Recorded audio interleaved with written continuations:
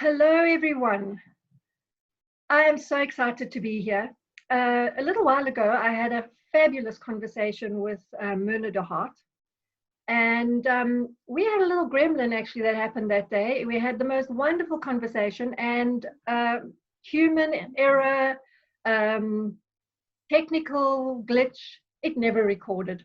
So we're back today, and I'm going to have another conversation with Mirna and bring this over to you.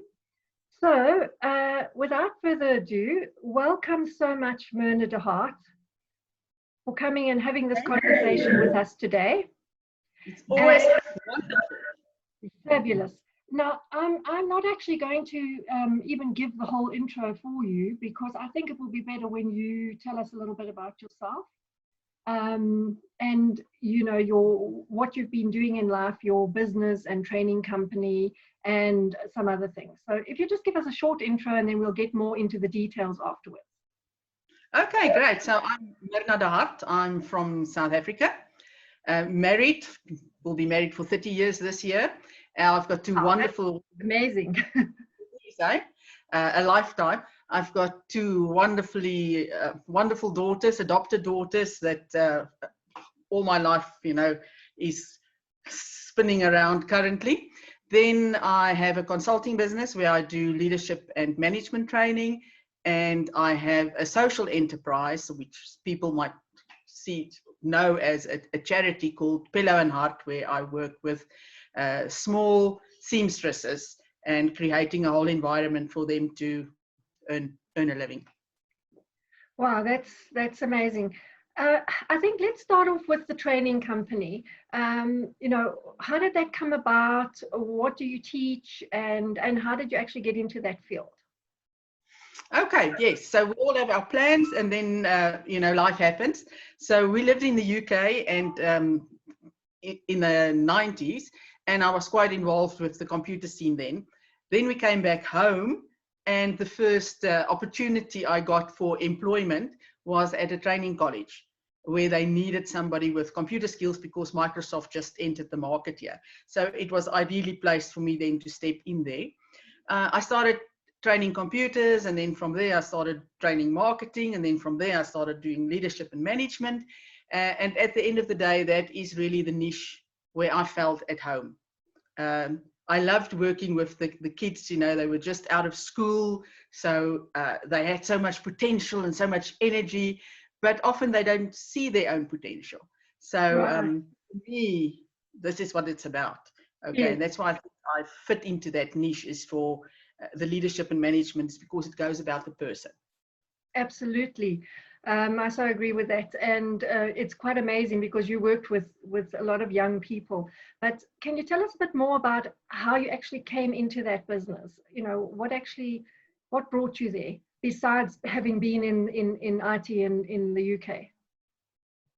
Oh, living in a small town, then you don't have a lot of choices, so you have to resettle back in the country. And as I say, that was the first job that I could apply for with my skills. Mm-hmm. And that actually became the whole basis for the next 20 years of my life. Okay, so once I started teaching using my experience, okay, then I studied more. I then studied law during that time, which gave me more skills to be able to do my topics. I did extra courses like the Myers-Briggs personality type indicator course, how to look at the jockeys and see what makes them tick. As I say, for me, I got really excited once I could see somebody's potential and then unlocking a door for them in their minds to move through the barriers they have, and then step up to reach a higher goal in their life. So, and you need to know have some background, I think, about personality and potential, unlocking potential. So essentially my being exposed to leadership and management, and then realizing it resonates with me, and then taking steps to get more skills in that area, is which got me into leadership and management training. Right. And besides that business, Mirna, at a time you had a different business. And tell me a bit about that and what happened and where it led you to.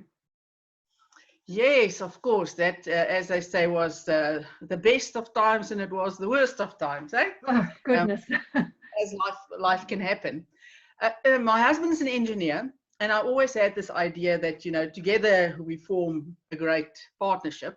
So I'm very entrepreneurial and leadership and management and all those things, and he's very engineering. And then when the opportunity came, we decided we're going to exit the training industry and invest in an engineering company. Okay, so that we could work together and then join our talents together and, you know, work towards our future.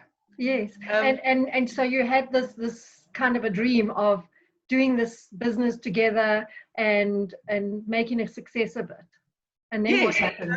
I mean, it sounds wonderful, you know, the two different sides of the coin, because we're very different, you know, joining our talents together most probably, you know, can only lead to success. And Yes. he is a very clever engineer, okay. But yes, then it didn't work out the way I thought. Okay, so yes, he's a very clever engineer, and yes, I'm very entrepreneurial, but he doesn't know anything about business, and I know nothing about engineering. And merging those talents might sound easy on paper, but it's not in reality. So now you're leading a company, an engineering company, and you know nothing about engineering. You know about sales and leadership and whatever. So yes, I had to have my eye on many different things, more than just the leadership and the management. In so much so that, you know, I was working in the business rather than on the business. Okay. And the moment you, as the leader, start working in the business, then a lot of the big picture disappears, and you're so caught up in daily little struggles that you can't keep your eye on everything. Yeah, and So that's really something that happens to a lot of people, is that they think, well, you know, I've got to do everything. I've got to look at everything because, you know, this is my business and I've got to make sure that everything's running correctly, and they kind of get stuck in there, and they lose sight of the picture from above. Yes, you really get so involved with the nitty-gritty of in the business that you totally lose sight, because there's just no time. You can't do it all. Okay, so your role as the CEO or the leader is to have an overview and then to delegate the tasks. And I couldn't delegate the tasks sufficiently. Also, loads of different reasons. But yes, the thing is, the mistake I made was then to think that our two talents together, we're going to have a great experience, which didn't work out like that. I was so busy running around trying to organize and rule everything that my financial manager, we actually call her the financial damager, defrauded us with millions. Oh my goodness. So where I was always extremely scared of, that was my biggest fear, not having money. You know, my whole worth was around, you know, being self-sufficient. There, overnight, we lost everything. Okay, so we went through a terrible, terrible period in our lives. Number one, the dream didn't work out. Number two, losing sight meant that, you know, she had all the tools to really, you know, defraud us good and solid. Yeah. And now both of us working in the same company, that means once you lose everything, we all lose everything. So it's not like there's a safety net. I'm working here in this company and he's working in that company. So now we fought hand and nail to try and keep the company, but it was just, the damage was just too big. So for me, that was devastating. Not just that, I had to work. Why was it devastating for you? Because I mean, so many people, they are multi-billionaires, huge companies that fall every day. So why was it so devastating for you? I think because I've always told myself that I can handle anything that comes my way. Okay, so Yeah. I've always seen myself as a strong person. I've always been out there wanting to help people. And maybe because that didn't work out. Plus, I was dead scared of not having money. We didn't grow up very, very rich, so I, it often happened that we had to do without, or, when you're small and you go to the shop and you don't have the right amount of money, it is just so embarrassing. So I think I held on to that sense of failure, maybe from childhood, that oh, Yeah. it's just terrible. Okay, so for me, it was devastating. I was the chair, the president of the first female president of the business chamber, right at this time when it was happening. Plus, I always tell myself I can handle everything. Plus, the dream didn't work out. And all of a sudden, here we are with 2 small children, invested in this business, and millions are gone. Okay, so that is quite stressful and quite traumatic on its own. Yeah. And that really and how did it make you feel,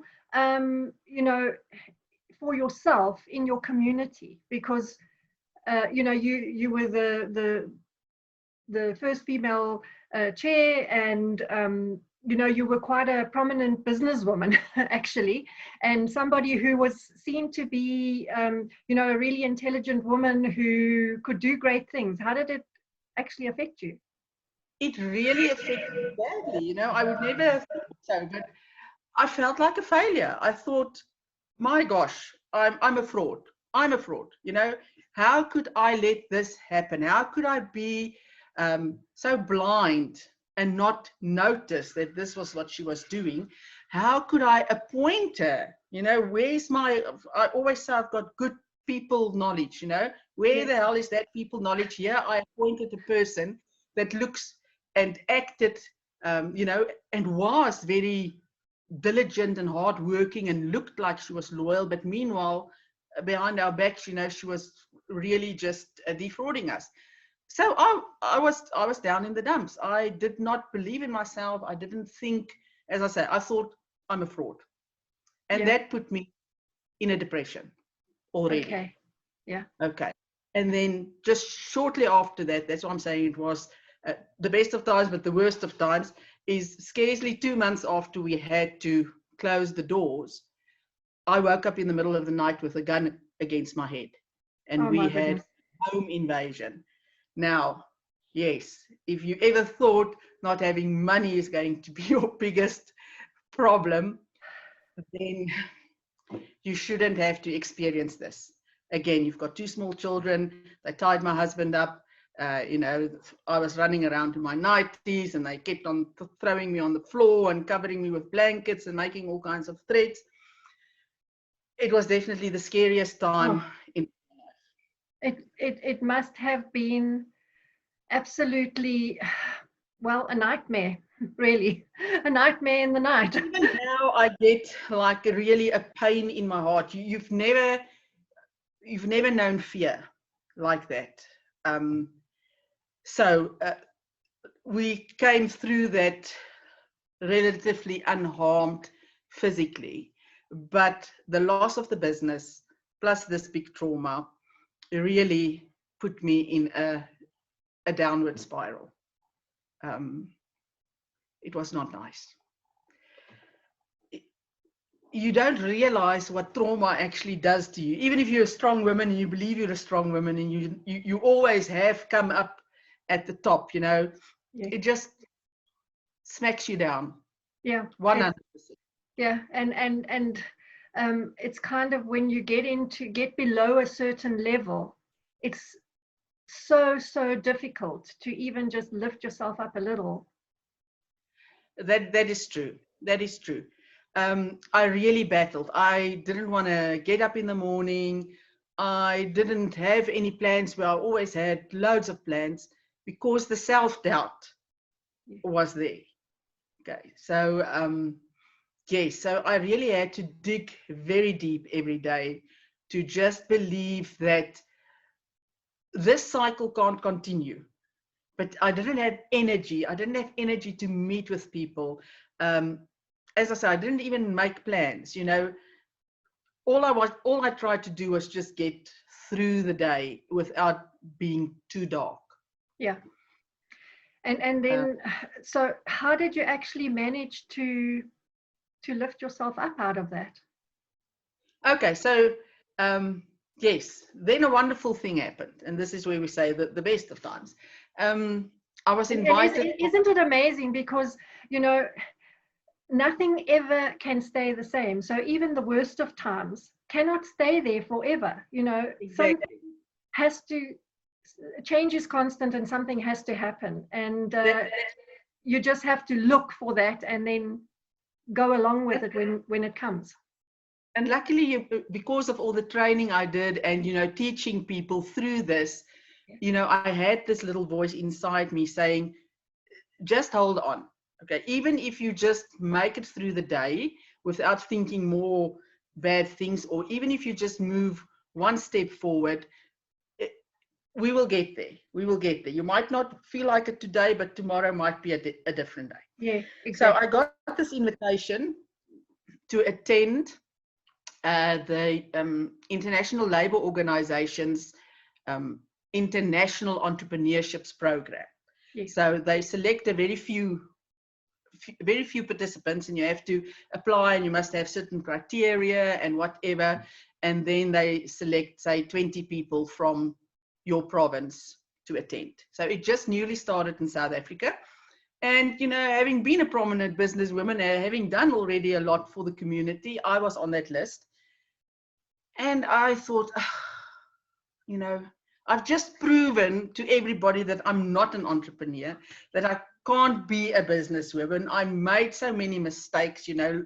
Look, here we are, millions in the debt because some women stole our money. I don't even think whether I should go.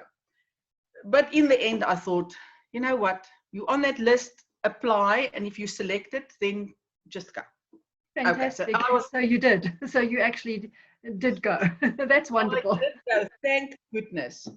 So while it's a very strict program, so you work really hard from 7 o'clock in the morning till sometimes after midnight, because in that week you have to build a business plan, you have to have a business and physically make money, you have to discover all your entrepreneurial capabilities, and then at the end of the course, whoever demonstrated the most entrepreneurial abilities, ran the best business by making the most money, and had the best business plan is like the winner.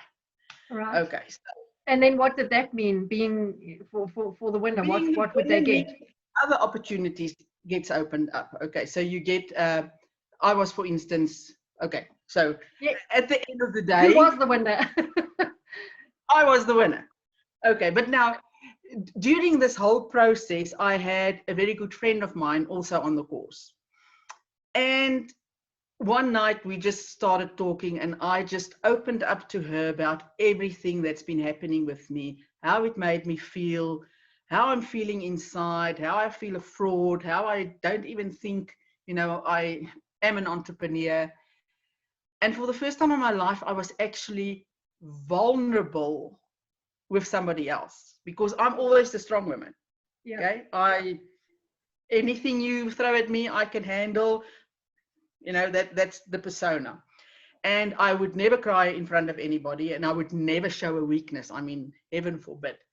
So I think after the armed robbery, it makes you a lot more vulnerable.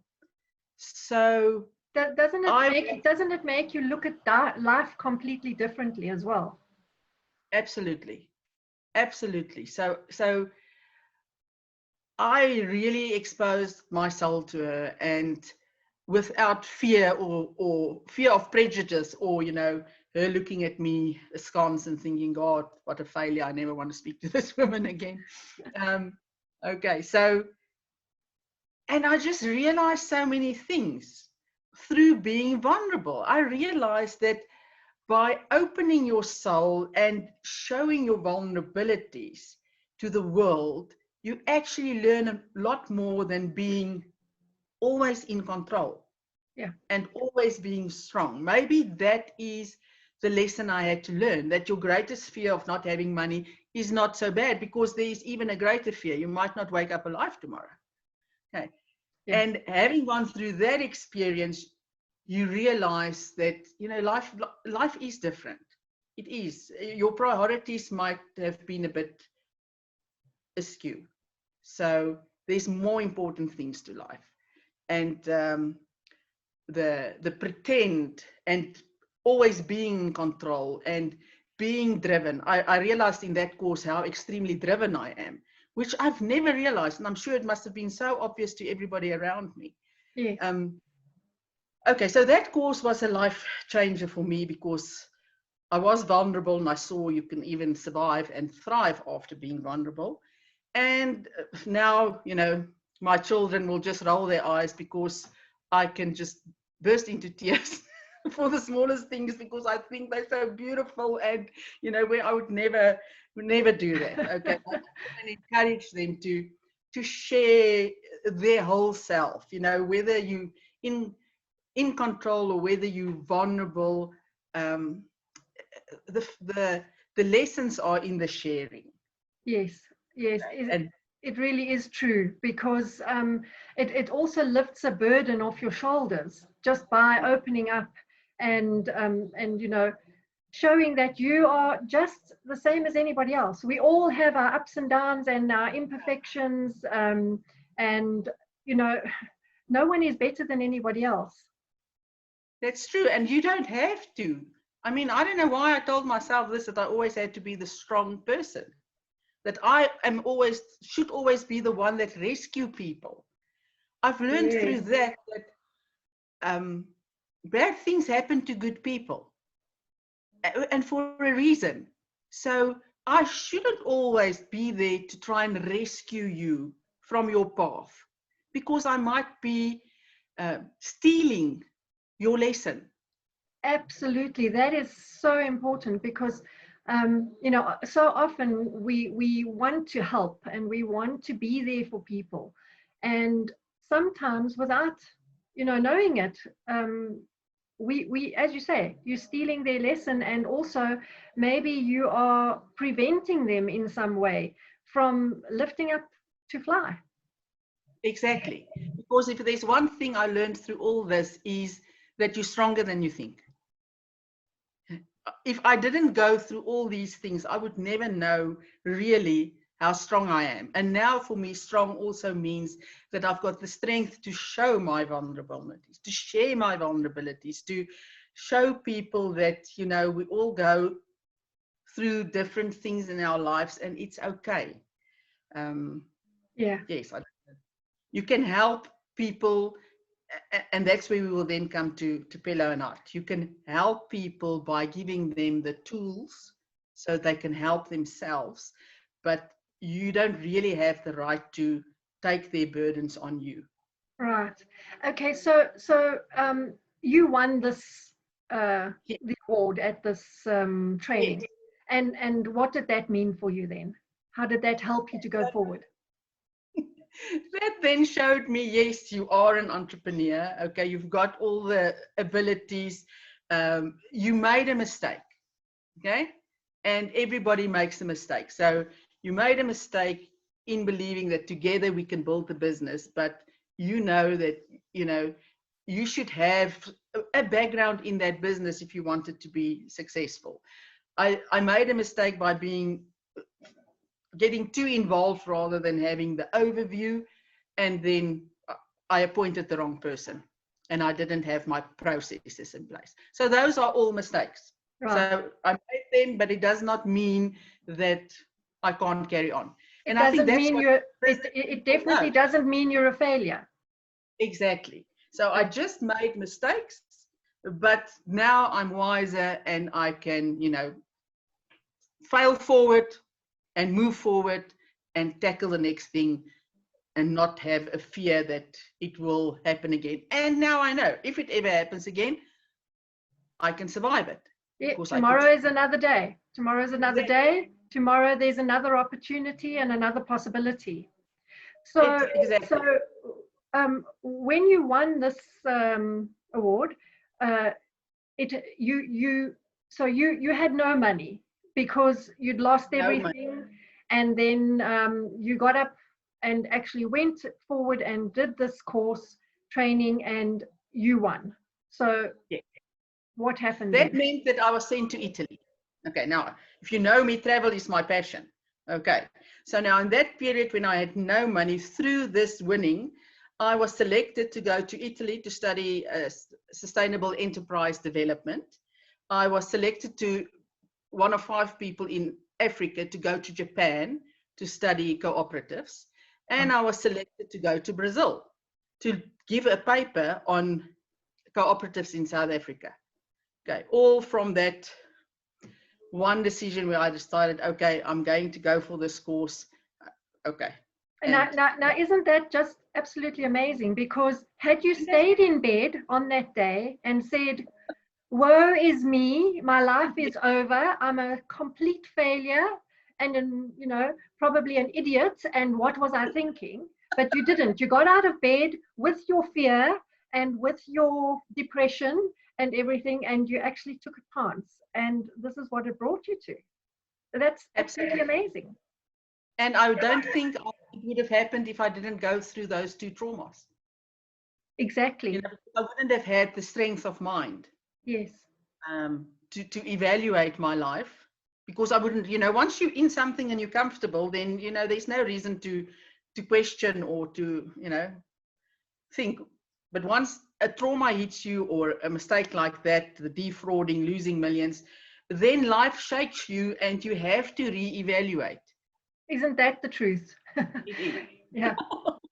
Yeah, there's nothing like the comfort zone to keep you small with no growth. And I mean, some people don't want to try major new things, and that's okay. But sometimes we do get stuck and we just think, okay, well, this is just fine, keep on going. And then, I don't know, for me, I think that sometimes you have something inside of you that needs to come out and something that you need to share with the world. And when you just stay in the comfort zone, you don't actually step out to experience things that will bring you to those parts.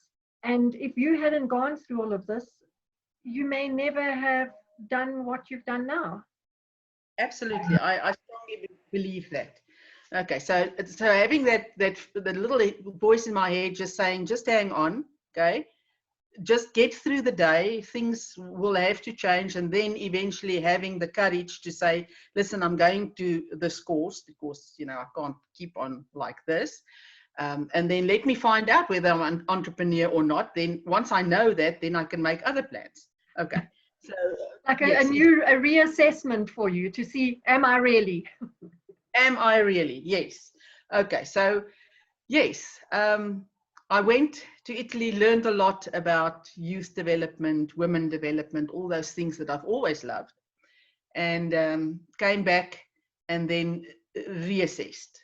Okay, with no money now, I have to do something. So I can't go to the bank to loan.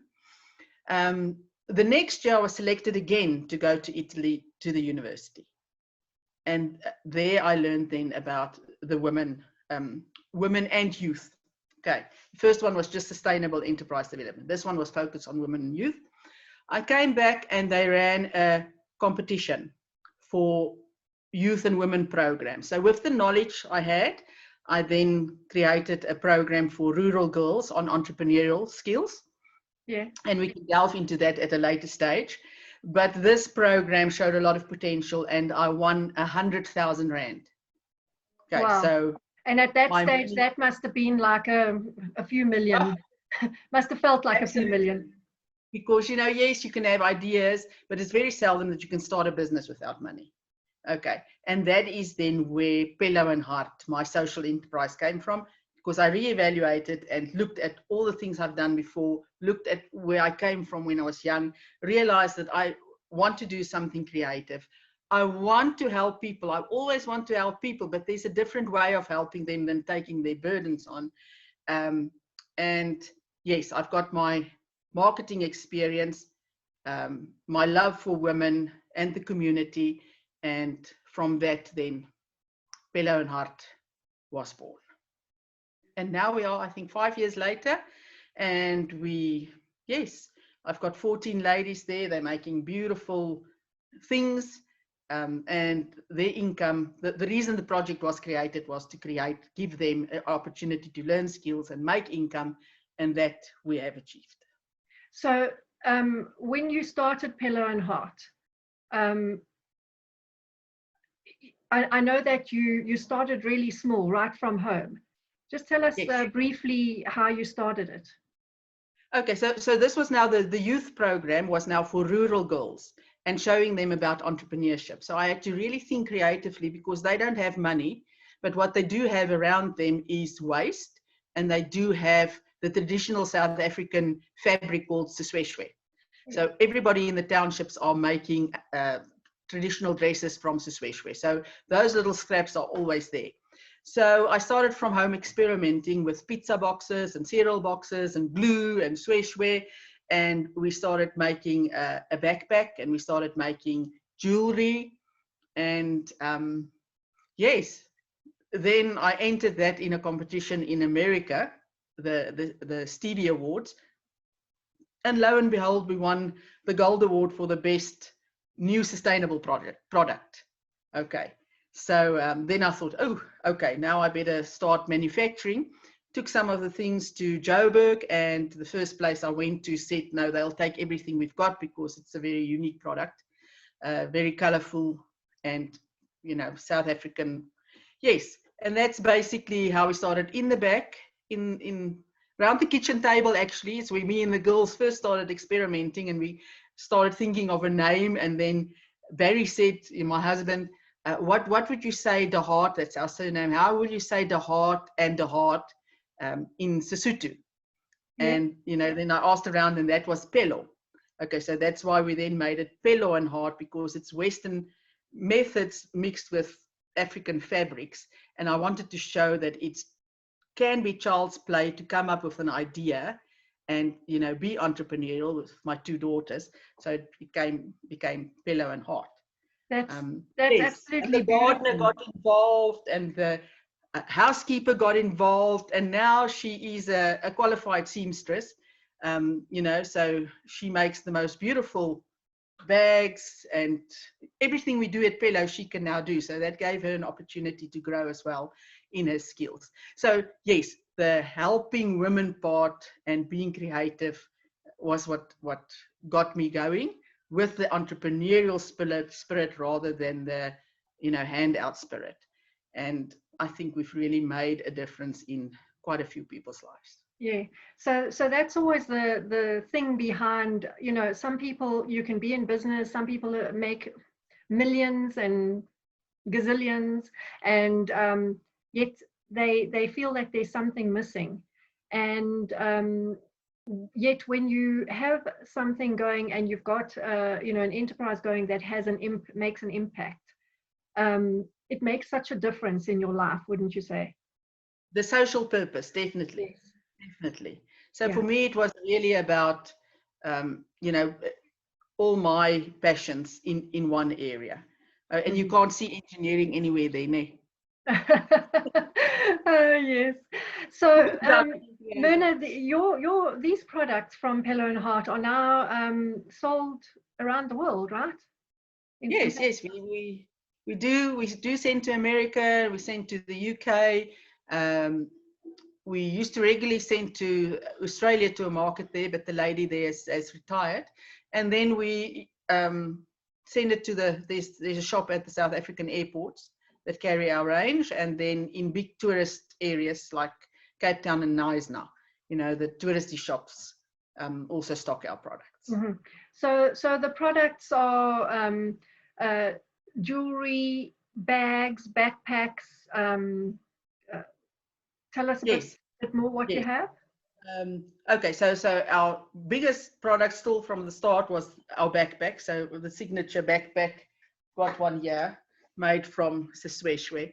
Okay, so it's that's beautiful. The different African little fabrics, and I really wanted to be in your face with colors. So we make the backpacks that's still the most popular. We make the button necklaces, cushion covers, and then, you know, every year we evolve. So somebody will go to an exhibition and somebody will say, oh, can't you make a doll? You know, and then we come back and we create a doll. So now we've got dolls that are extremely popular.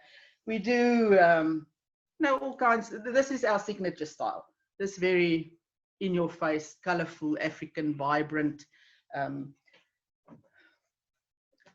bags, handbags, yes, pillowcases. Now a lot of masks. I can't click. We've just, they've ordered corporate company has ordered 1,300 masks. So I don't know if you see.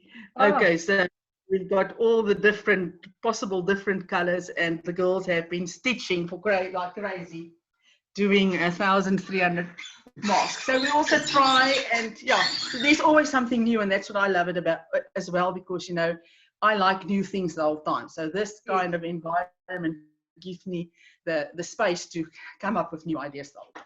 Yes, and also during the time that we've been through, you know, an extra product line to bring in. You know, I know, Mirna, that you have so many brilliant stories that we need to share, but I think for, you know, considering time for our listeners, I think we'll have to make another date and have a few more conversations. But if you could just, before we end off, you know, if there was one quote or one piece of advice that you could give to the people listening that has worked for you in your life, what would that be? Okay, I have got two favorite quotes. The first one is, attitude is everything. I've lived by that since I learned it from Jim Rowan. Don't know if you know him. Yes. Okay, he's already passed away, but he was a fabulous teacher. And I learned that from him when I was 24 years old, I think. And that has been right through one of my mottos, and it's definitely something I believe in. If you've got the right attitude, you're already halfway there. And then the one that I've learned after, you know, bad things happen to good people is that you're either learning or you're earning. Yeah. So don't let fear keep you back. You know, go and try that thing, because if you're not going to earn from it, you're going to learn lessons. So next time you try something, those lessons you can apply, which will bring you closer to the earning part. Great. And the other thing was that you said that, you know, you always said you can handle anything life throws at you. And do you still believe it exactly like that?